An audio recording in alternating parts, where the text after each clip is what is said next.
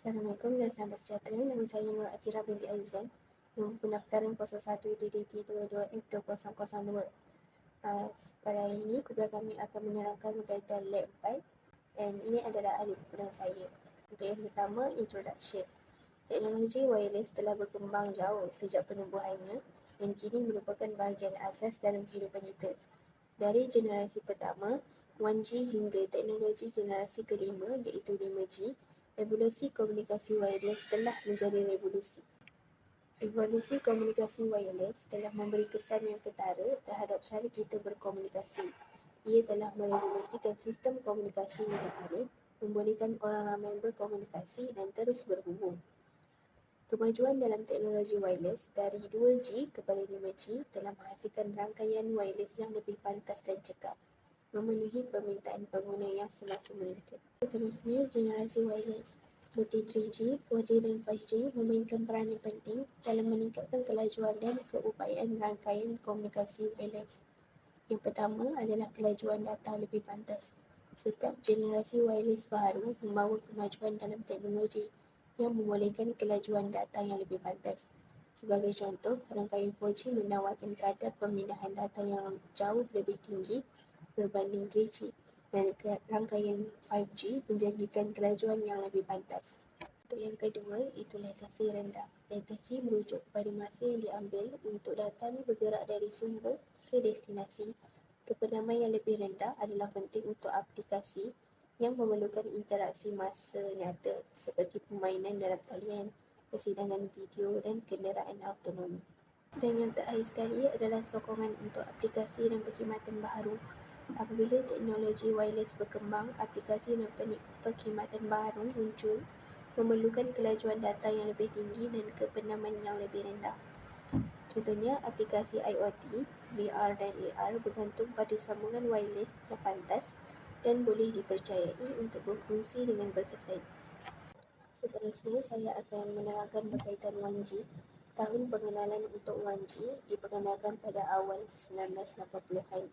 Teknologi dan standard utama, teknologi dan piawan utama yang digunakan dalam 1G termasuk teknik modulasi isyarat analog seperti Frequent Division Multiple Access iaitu FDMA dan Time Division Multiple Access iaitu TDMA. Teknologi ini menggunakan komunikasi suara asas melalui rangkaian wireless. Yang seterusnya, kelajuan dan prestasi data. Rangkaian 1G menawarkan kelajuan data yang agak rendah berbanding generasi wireless yang lain. Kelajuan data biasanya sekitar 2.4 kbps hingga 14.4 kbps yang mengahadkan jenis perkhidmatan yang boleh disokong. Aplikasi dan kes penggunaan untuk 1G ialah panggilan suara dengan liputan dan mobiliti yang terhad. Untuk yang terakhir adalah untuk advantage dan limitation. Untuk advantage iaitu kelebihan, menyediakan pengguna dengan keupayaan membuat panggilan tanpa diganggu. Dan yang kedua, pengenalan 1G meletakkan asas bagi generasi wireless masa hadapan untuk membina dan menambah baik teknologi. Untuk limitation iaitu height, kelajuan data yang rendah mengahadkan jenis perkhidmatan yang boleh disokong, mengahadkan keupayaan rangkaian 1G. Yang seterusnya, kapasiti terhad membawa kepada kualiti panggilan yang lemah dan panggilan terputus dalam beberapa kes. Itu sahaja daripada saya. Untuk 2G, saya akan serahkan kepada rakan saya iaitu Azra. Sekian, terima kasih. Hai, nama saya Nur Azra Samani binti Abdul Rahman. Nombor pendaftaran 01 DDT 22F2048. Seterusnya, saya akan meneruskan kepada second generation. Okey, second generation ini diperkenalkan di Finland pada tahun 1961. Bagi kit teknologi yang standard pula, terdapat 3 yang saya telah ambil. Bagi pertama iaitu TDMA, iaitu singkatan kepada Time Division Multiple Access, dan FDMA iaitu Frequency Division Multiple Access yang digunakan untuk membahagikan saluran. Bagi yang kedua pula iaitu GSM, singkatan kepada Global System for Mobile Communication, iaitu teknologi rangkaian selular digital yang paling banyak digunakan di seluruh dunia. Yang ketiga iaitu SMS, singkatan kepada Short Message Service yang digunakan untuk pemesehan teks. Seterusnya, bagi data speed and performance pula, 2G mampu membekalkan kelajuan dan potensi maksimum sebanyak lebih kurang 9.6 kbps iaitu kilobit per sesaat. Pemesahan teks dan panggilan suara adalah kegunaan utama untuk rangkaian 2G. So maksudnya di sini, kelajuan mereka tidak mencukupi untuk aplikasi yang memerlukan jalur lebar yang luas seperti kegunaan penstreaman video ataupun penstreaman muzik. Seterusnya, bagi yang keempat iaitu application and use cases, terdapat 4 poin yang saya telah ambil. Yang pertama iaitu voice call, kedua mobile banking and payment, ketiga text messaging, dan yang keempat iaitu emergency communication. Kemudian yang kelima iaitu advantage and limitation. Terdapat 3 advantage yang saya telah ambil. Bagi yang pertama iaitu reduce power consumption, di mana bateri telefon mudah alih tahan lebih lama. So maksudnya di sini 2G ini bermanfaat di tempat yang mempunyai akses yang lemah kepada tenaga atau infrastruktur pengecasan. Bagi yang kedua iaitu digital voice quality. Komunikasi suara digital melalui rangkaian 2G membolehkan perbualan suara yang lebih jelas. Bagi yang ketiga iaitu security improvement. Ia memperkenalkan protokol penjulitan, menyediakan komunikasi lebih selamat. Seterusnya, bagi limitation pula, yang pertama adalah restrict data capacity, di mana rangkaian 2G tidak begitu sesuai untuk aplikasi data berskala besar. Yang kedua iaitu liputan terhad di kawasan luar bandar.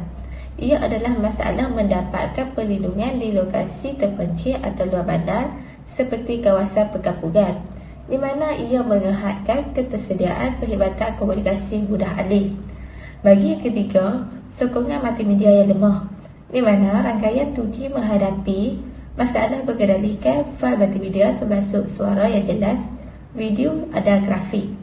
Itu sahaja daripada saya. Sekian, terima kasih. Assalamualaikum dan selamat sejahtera. Nama saya Nur Syikin binti Abdul, nombor metrik 01 DDT 22F2040. Baiklah, saya akan meneruskan pembentangan hari ini dengan Third Generation of Wireless Technology, iaitu 3G. 3G mula diperkenalkan pada tahun 1998. Terdapat beberapa key technologies and standard of 3G termasuk CDMA 2000, WCDMA UMTS dan TD-SCDMA. Teknologi ini juga membenarkan kemajuan data yang lebih tinggi dan kapasiti yang lebih baik berbanding daripada 2G. Untuk data speed 3G ialah 200 kbps per second bergantung pada teknologi dan rangkaian tertentu. Performance 3G ini juga membolehkan user untuk akses internet, stream media dan juga video call. Seterusnya untuk application and use case, 3G boleh melayari internet browsing, akses email, social media usage, video call dan multimedia messaging. Yang terakhir ialah advantage and limitation of 3G.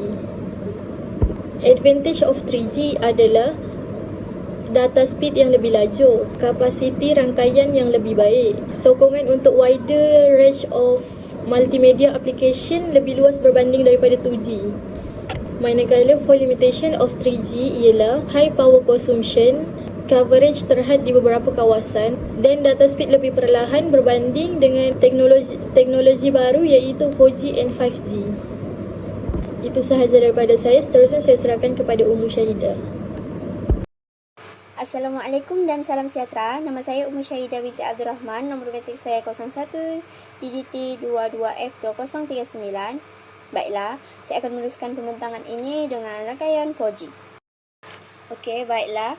4G ini diperkenalkan untuk kegunaan komersial di Norway pada penghujung tahun 2009 dan 4G juga menawarkan perkhidmatan standard pada hari ini.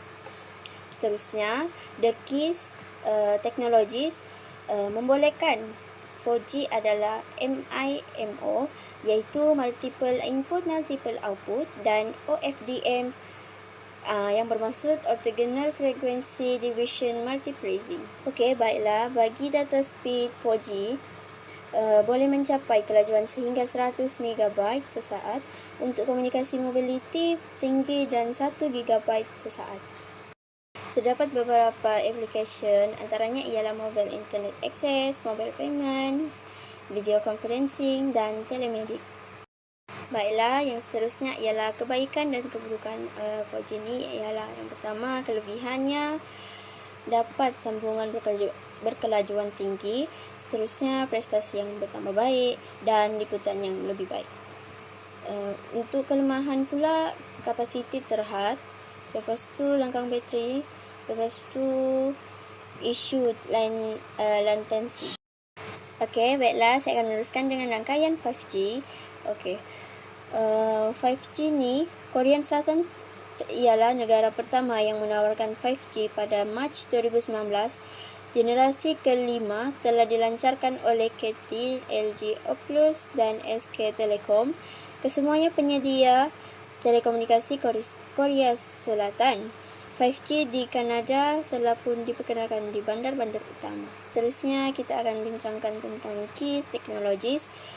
Dia membolehkan prestasi 5G yang diperlukan untuk bersaing dengan peningkatan permintaan untuk data mudah alih.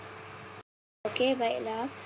Untuk data speed bagi 5G ni boleh menjadi jauh lebih pantas daripada 4G, menyampaikan sehingga 20 GB per saat, kadar data puncak dan 100 lebih MB per saat. Okey, seterusnya saya akan menjelaskan tentang kelebihan dan kekurangan bagi 5G ini. Saya akan menerangkan tentang kelebihan dahulu. Kelebihan 5G ni dia kelajuan tinggi, seterusnya peningkatan kapasiti, lepas tu peningkatan kecekapan. Bagi kekurangan 5G ni pula, kebimbangan keserasian, isu gangguan dan penggunaan mahala. Kesimpulannya ialah generasi tanpa wayar adalah penting untuk memacu kemajuan teknologi dan memenuhi permintaan pengguna yang semakin meningkat untuk kelajuan data yang lebih pantas, kependaman yang lebih rendah dan sokongan untuk aplikasi dan perkhidmatan baharu. Dengan terus menaik taraf rangkaian wireless kepada generasi baharu, kami boleh membuka kunci kemungkinan baharu dan mencipta ekosistem digital yang lebih bersambung dan cekap. Okey, sekian sahaja pembentangan daripada kami. Harap membantu dan mudah difaham untuk pendengar, dan sekian, terima kasih. Assalamualaikum.